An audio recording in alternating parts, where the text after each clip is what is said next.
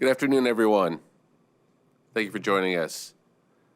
We're going to be moving our press briefing calls from 3 days per week on Monday, Wednesday, and Friday, going forward to twice per week on Tuesdays and Fridays.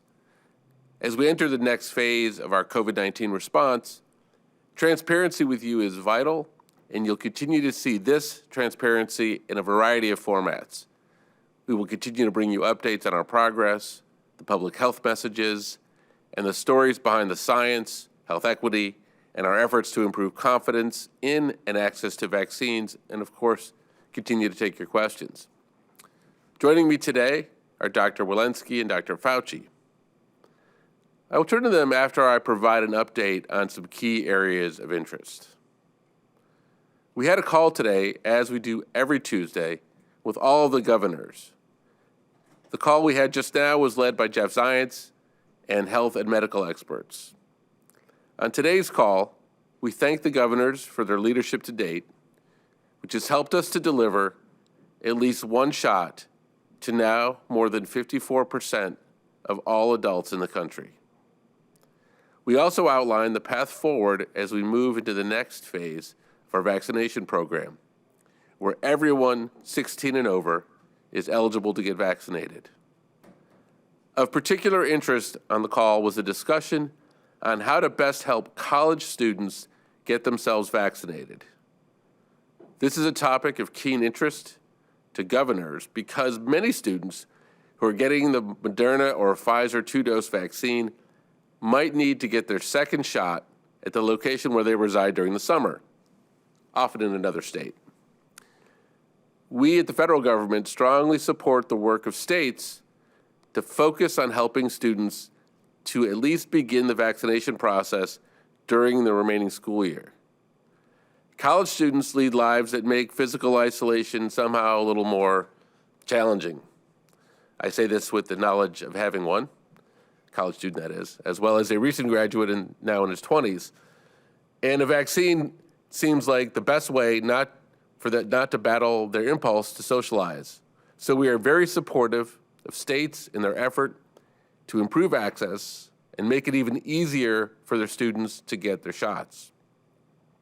To do our part, we shared with governors that we'll be ensuring that pharmacies in the federal pharmacy program do not have residency requirements in place, so that students who do return home can get their second dose in that home state. Now, in fact, most pharmacies administering shots will now offer anyone a second dose, regardless of where they got their first. Seems like a good opportunity to remind you to get your second shot if it's your time and if you haven't. We also discussed this week's vaccine allocation on the call. This week, nearly 30 million doses will go out across channels, with the vast majority going to states, tribes, and territories.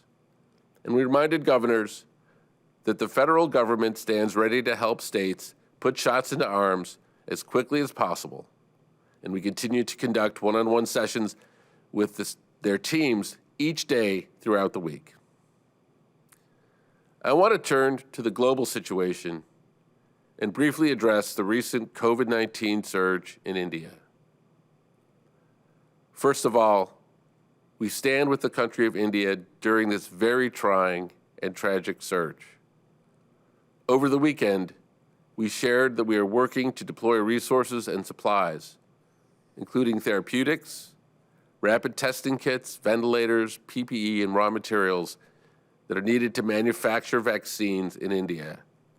And CDC, which has a long history of working with and in India on public health measures, will be deploying a strike team to the country to support the public health efforts there. We are committed to helping India through this difficult time.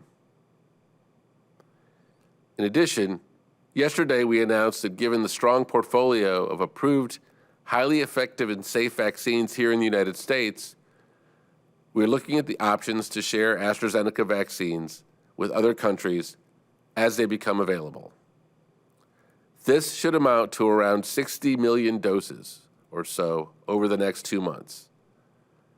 The AstraZeneca vaccine is highly safe and effective and approved in many parts of the world. And since it is not approved for use in the U.S., we do not need to use the AstraZeneca vaccine here during the next few months. We have sufficient supply of vaccines from Pfizer, Moderna, and Johnson & Johnson to accommodate our needs in the U.S. In closing, before I hand it over to Dr. Walensky, vaccines are now broadly available, accessible, and are located within 5 miles of 90% of Americans. If you are 16 or above and have not been vaccinated, the scenes around the world should help convince you that now is the time. Your risk from being unvaccinated is too high. Please make an appointment today. And with that, I will turn it to Dr. Walensky. Thank you and good afternoon, and I'm so glad to be back with you all again today. Let's begin with an overview of the data. Yesterday, CDC reported over 34,600 cases of COVID-19. Our 7-day average is just over 54,400 cases per day, and this represents a really hopeful decline of about 21% from our prior 7-day average. The 7-day average of hospital admissions is just over 5,100. Again, a positive sign with a decrease of about 9% from the previous 7-day period. And the 7-day average of daily deaths also declined to about 660 per day, a decrease of about 6%. Each day, more and more Americans are rolling up their sleeves and getting vaccinated, and likely contributing to these very positive trends. We regularly share with you the benefits of vaccination, the efficacy in preventing infection, and the decreases we see in hospitalizations and deaths. These are incredibly important benefits of vaccination, and there are so many more. I know that the quarantine and shutdowns throughout the pandemic have been exhausting. I know that we all miss the things that we used to do before the pandemic, and I know that we all want to get back to doing those things that we love, and soon. Today is another day we can take a step back to the normalcy of before. Over the past year, we have spent a lot of time telling Americans what they cannot do, what they should not do. Today, I'm going to tell you some of the things you can do if you are fully vaccinated. Again, as a reminder, the CDC defines fully vaccinated as 14 days after your second dose of a Pfizer or Moderna vaccine, or 14 days after your single dose of a J&J vaccine. Today, CDC is updating our recommendations for fully vaccinated people and providing guiding principles and sample activities to give people who are fully vaccinated a way to assess their own risk for COVID-19 and determine what situations are safe. If you are fully vaccinated, things are much safer for you than those who are not yet fully vaccinated. This guidance will help you, your family, and your neighbors make decisions based on the latest science and allow you to safely get back to things you love to do. I am optimistic that people will use this information to take personal responsibility to protect themselves and to protect others, and I hope will encourage people to get fully vaccinated. There are many situations where fully vaccinated people do not need to wear a mask, particularly if they are outdoors, as shown by the graphic on the right. If you are fully vaccinated and want to attend a small outdoor gathering with people who are vaccinated and unvaccinated, or dine at an outdoor restaurant with friends from multiple households, the science shows if you are vaccinated, you can do so safely, unmasked. On the CDC website, we have posted examples of numerous outdoor activities that are safe to do without a mask if you are fully vaccinated. Generally, for vaccinated people, outdoor activities without a mask are safe. However, we continue to recommend masking in crowded outdoor settings and venues, such as packed stadiums and concerts, where there is decreased ability to maintain physical distance and where many unvaccinated people may also be present. We will continue to recommend this until widespread vaccination is achieved. Now let's talk about what you can do indoors. Here again, we have unvaccinated people and their risk on the left, where nothing has changed. Risk is indicated and masking is required. We then show the markedly decreased risk for vaccinated people on the right. Given what we know about COVID-19 vaccines and their efficacy, it is also safe for those who are fully vaccinated to return to the activities they love doing inside while wearing a mask. The guiding principles we released today and the illustrative examples compare the safety of several activities if you are vaccinated or not, and the difference is clear. As we gather more and more data on the real-world efficacy of vaccines, we know that masked, fully vaccinated people can safely attend worship services inside, go to an indoor restaurant or bar, and even participate in an indoor exercise class. Although these vaccines are extremely effective, we know that the virus spreads very well indoors. Until more people are vaccinated, and while we still have more than 50,000 cases a day, mask use indoors will provide extra protection. The examples today show that when you are fully vaccinated, you can return to many activities safely, and most of them outdoors and unmasked, and begin to get back to normal. And the more people who are vaccinated, the more steps we can take towards spending time with people we love doing the things we love to enjoy. I hope this message is encouraging for you. It shows just how powerful these vaccines are in our efforts to end this pandemic and why we are asking everyone to roll up their sleeves and get vaccinated. The science is clear. The COVID-19 vaccines have been through many transparent, rigorous processes that continue to prove they are safe and effective. If you haven't already, please get vaccinated. In some communities, you can find walk-up venues who have advanced appointments or where appointments aren't even necessary. To see more details about what we released today, including the evidence and science behind these recommendations, and to learn more about the activities you can safely do when you are fully vaccinated, please go to cdc.gov. Thank you, and I'll now turn things over to Dr. Fauci. Thank you very much, Dr. Walensky. I'd like to spend just the next couple of minutes talking about the subject of variants and the role of vaccination in protecting against variants. Can I have the first slide, please? So we're going to look at evidence from clinical trials, and when they're not available, from laboratory studies, as well as real-world experience to indicate the degree of protection against variants of interest or concern. Next slide. Here is a list, very familiar to you, of a number of the variants that are in play throughout the world and in the United States. Next slide. So let's go quickly through them and make one or two comments to inform where we are. First, the B.1.1.7, the original UK variant, which now has assumed dominance in the United States. Next slide.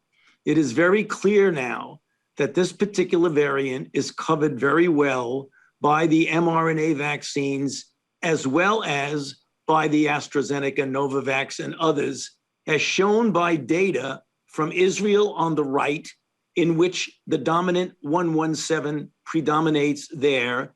And as you can see, as the vaccine doses increase, the cases come down. Similarly, in the United Kingdom, using other vaccines, you see the same situation. This is good news since this is the dominant variant. Next slide. The next slide is the one that's the most problematic, the South African variant, which is certainly not dominant here, but is in South Africa and other locations throughout the world. Next slide. The data we have, I presented at a former conference. As you can see, the J&J is 64% efficacious, the Novavax 60%, the AstraZeneca not so good. Of note, Pfizer did a small study in which they looked at the effect in South Africa, and they found that, as a matter of fact, it was 100% effective. The caveat here is still a very small study. But note the J&J, that even though it was 64% effective in South African study, there were virtually no deaths or hospitalizations. So although the efficacy went down for moderate disease, there was good protection against serious disease. Next slide. Then we have the P1, the one that is right now ravaging Brazil. Next slide.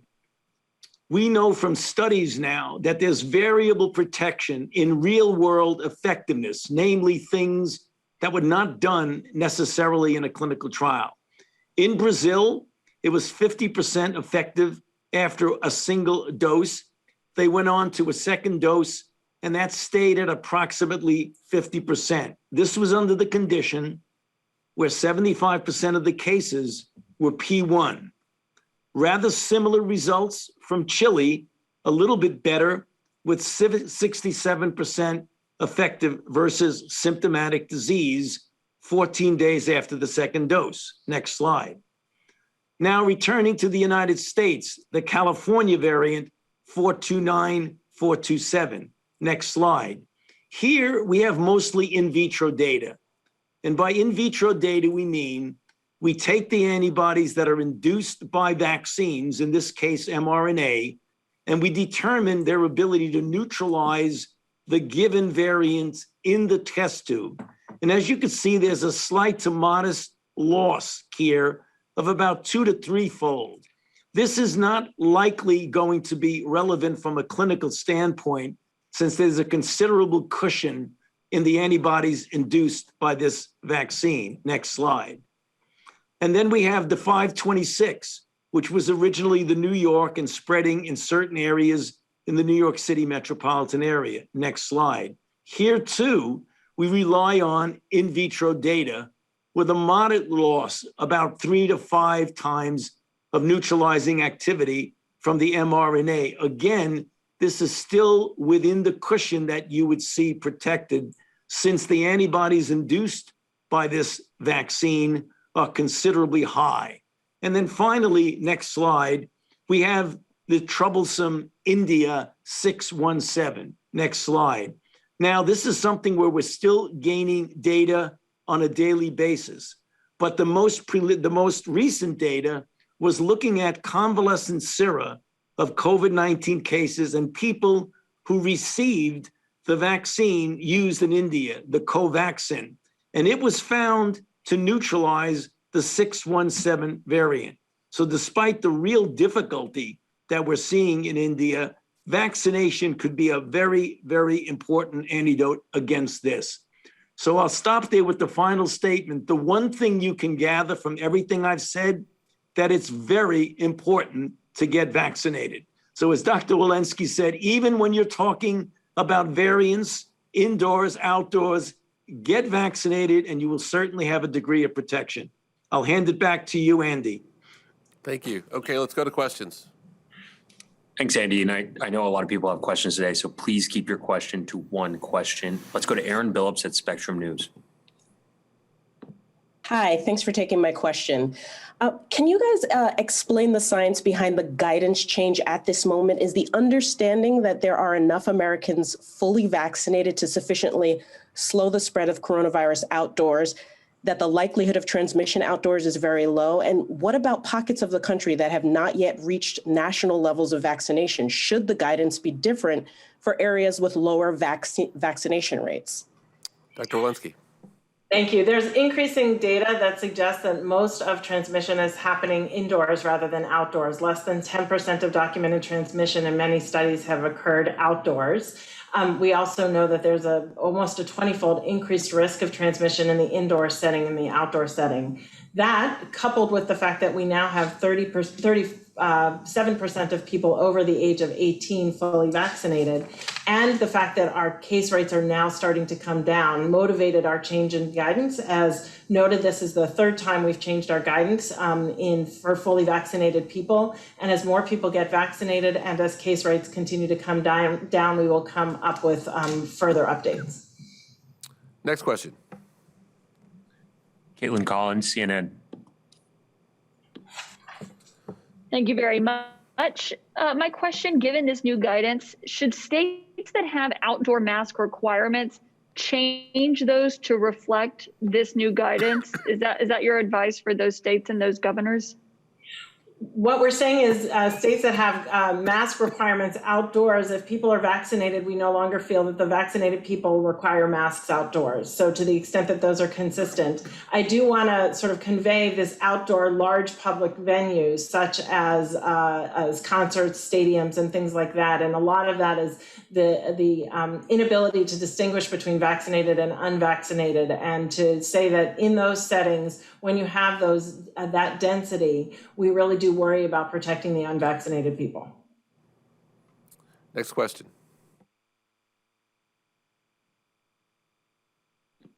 Ariel Hart at the Atlanta Journal-Constitution.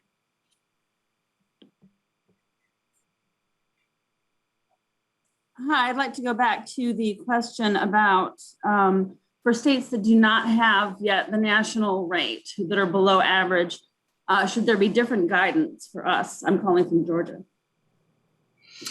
I think the general guidance is to ensure that people start getting vaccinated. And we do know that if you are vaccinated, it is safe to be outdoors without a mask. And the general guidance is the more and more people who get vaccinated, the safer, the more you'll have more people who are safer without masks. So get vaccinated. And if you are, then it's safe to be outside without a mask.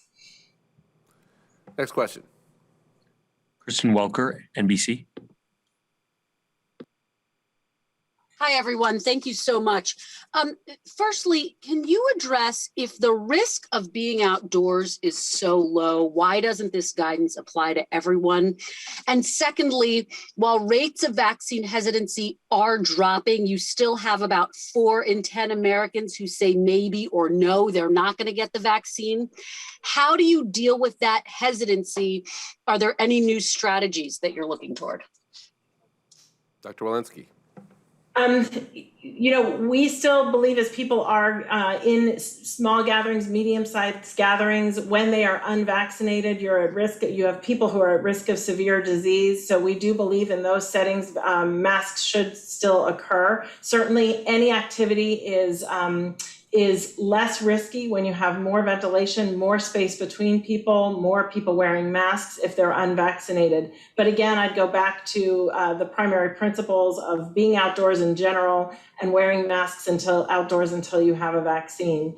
The second question was confidence? On vaccine hesitancy, that vaccine hesitancy numbers are dropping, but it's still significant. I just had a conversation with someone yesterday who said they weren't going to get the vaccine. I said, why? This person said, because I need more information. How do you get to those people who are still skeptical?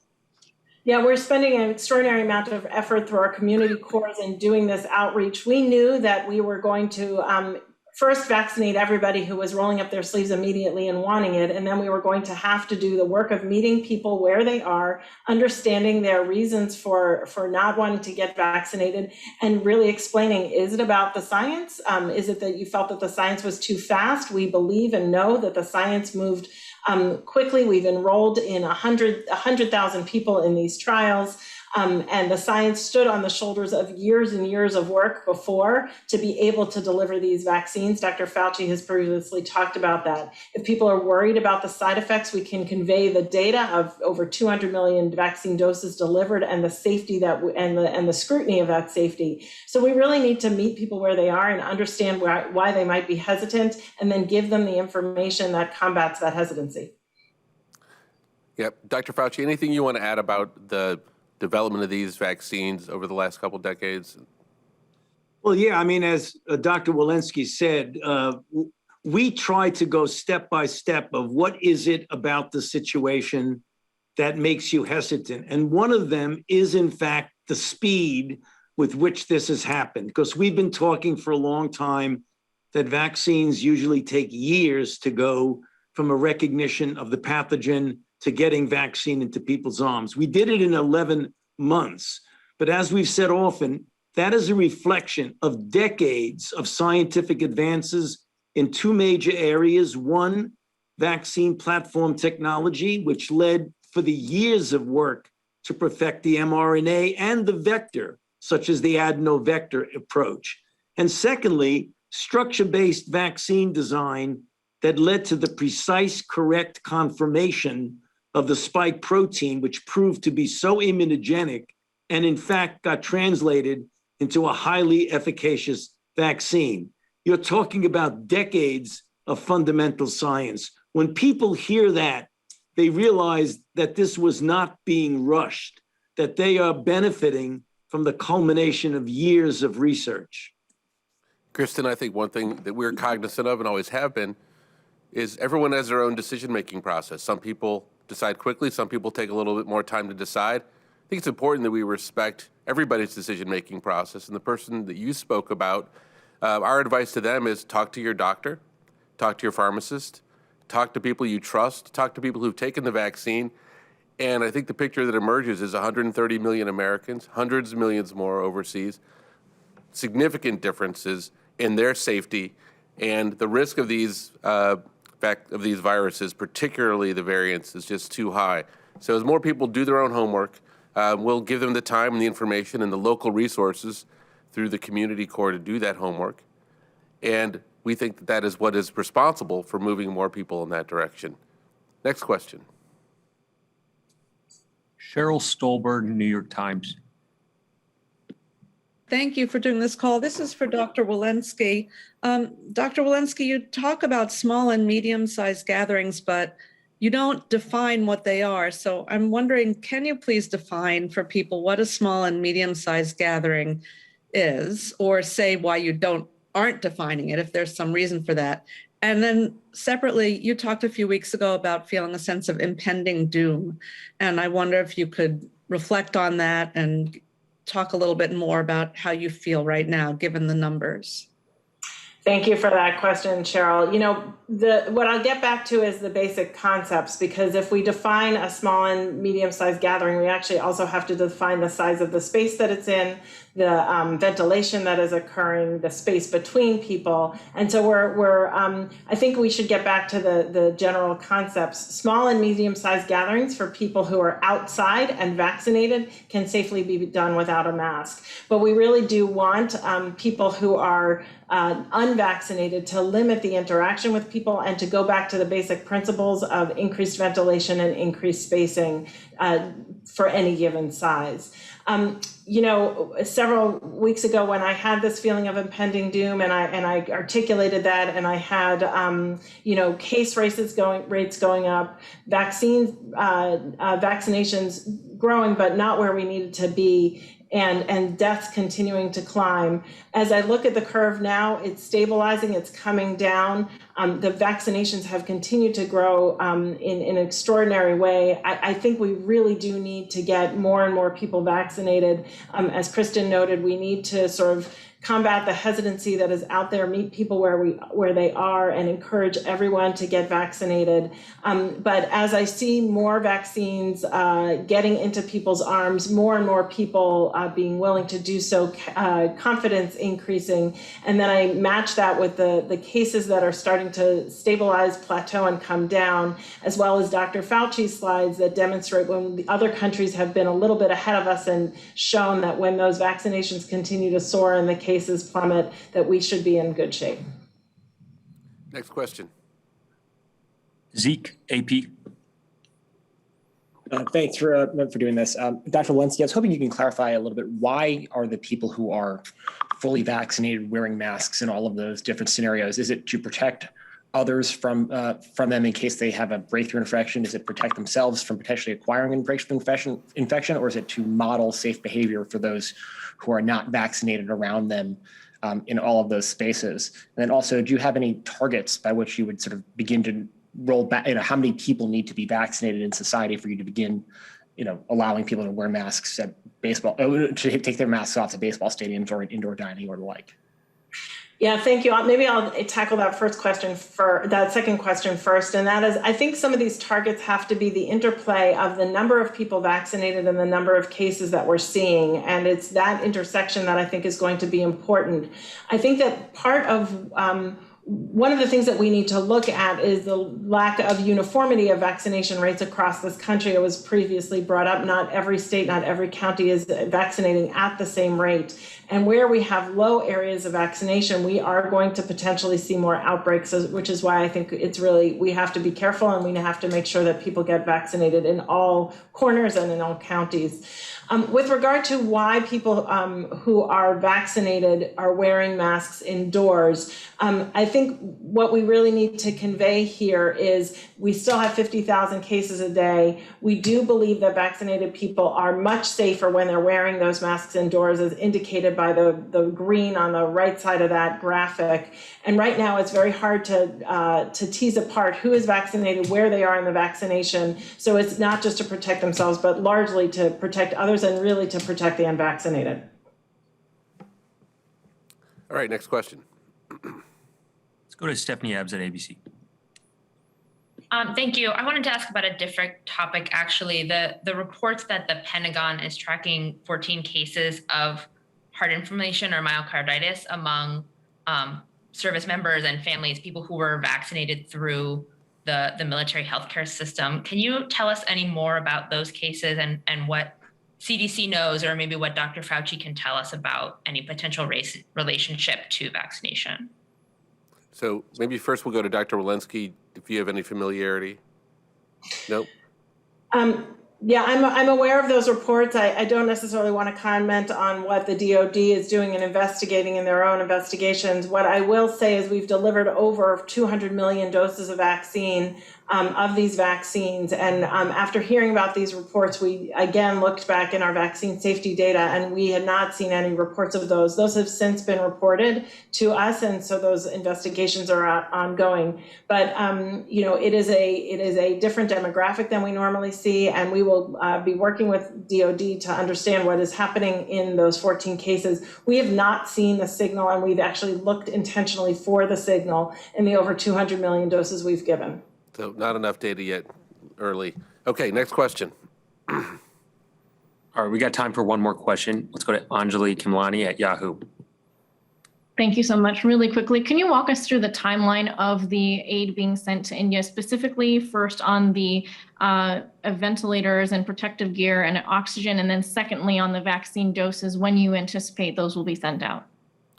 Yeah, I mean, we're beginning to move immediately. I can't give you the exact timing on each of those pieces, but we're in constant contact with the Indian government and the Indian health authorities. As I think I mentioned earlier, we have a CDC team that's headed over to India to help coordinate this response. In terms of vaccines, as I mentioned earlier, we are in a position now where we can foresee that we will not be using the AstraZeneca doses that we expect to come online. I want to be clear that none of those doses are yet made available based upon FDA inspection. So once that's done, as soon as that happens, we will have 10 million doses available. Those will be distributed globally. And then we expect over the next couple of months, another 50 million. You know, this is, of course, in addition to many of the strategies that Dr. Fauci, myself, Jeff, and others have talked about for supplying the globe with additional vaccines and additional vaccination efforts through COVAX.